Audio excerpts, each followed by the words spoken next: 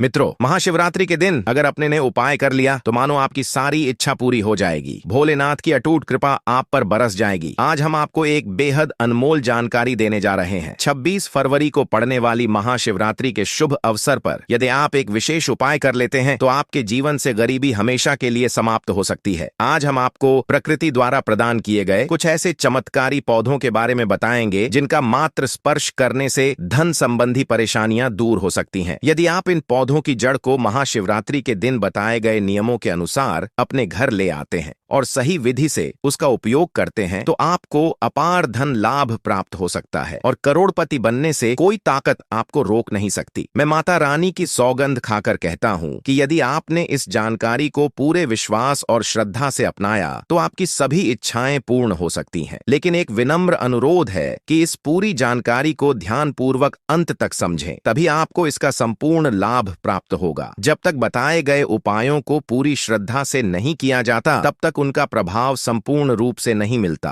आपकी जानकारी के लिए बता दें कि इस वर्ष की महाशिवरात्रि जो 26 फरवरी को पड़ रही है, एक अत्यंत दुर्लभ और शक्तिशाली शिवरात्रि मानी जा रही है। इसका महत्व इसलिए भी बढ़ जाता है क्योंकि यह 144 वर्षों के बाद कुंभ स्नान के संयोग से पड़ रही है। यह अवसर अत्यंत दुर्लभ है और यदि आप इस दिन कुछ विशेष जड़ी बूटियों का सही उपयोग करते हैं तो भगवान शिव की कृपा से धन, समृद्धि और अपार सुख की प्राप्ति हो सकती है। आज हम जिस चमत्कारी जड़ी बूटी की बात कर रहे हैं उसे अमृत बूटी भी कहा जाता है। यह संजीवनी बूटी के समान प्रभावशाली मानी जाती है, इसलिए इसे हल्के में लेने की भूल न करें। हम आपको इस विशेष पौधे के चमत्कारी गुणों और आयुर्वेदिक उपयोग के बारे में विस्तार से बताएंगे। यदि यह पौधा आपके घर के आसपास मौजूद है तो इसे साधारण समझकर नजरअंदाज न करें क्योंकि इसके गुण असाधारण हैं। यदि आप हमारे बताए अनुसार इस पौधे की पूजा अर्चना शुरू कर देते हैं तो इसका अद्भुत प्रभाव आपको जल्द ही देखने को मिलेगा। जैसे जैसे आप इसके चमत्कारी गुणों को जानेंगे वैसे वैसे आपके मन में इसके प्रति आस्था और श्रद्धा बढ़ती जाएगी। यह जानकर आपको गर्व होगा कि भारत की पवित्र भूमि पर ऐसे दिव्य और चमत्कारी पौधे आज भी मौजूद हैं जो हमारे जीवन में सकारात्मक परिवर्तन ला सकते हैं। यह पौधे इस पौधे को कई जगह लटजीरा के नाम से जानते हैं, कई जगह इस चिड़चिड़ा के नाम से भी जानते हैं, कई जगह के नाम से भी जानते हैं। हो सकता है आप दूसरे राज्य में हो या फिर कहीं से आप हमारी वीडियो को देख रहे हो